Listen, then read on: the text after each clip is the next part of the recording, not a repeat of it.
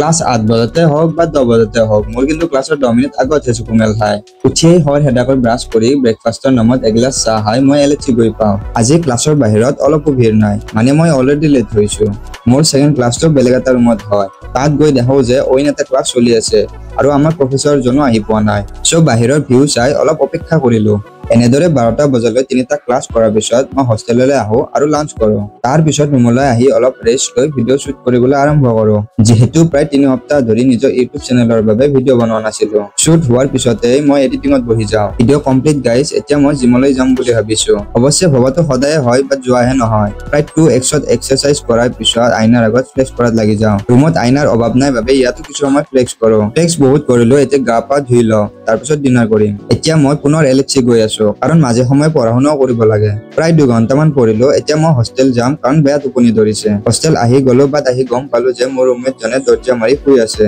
মানে মই বাহিৰতে ৰাতিটো কটাব লাগিব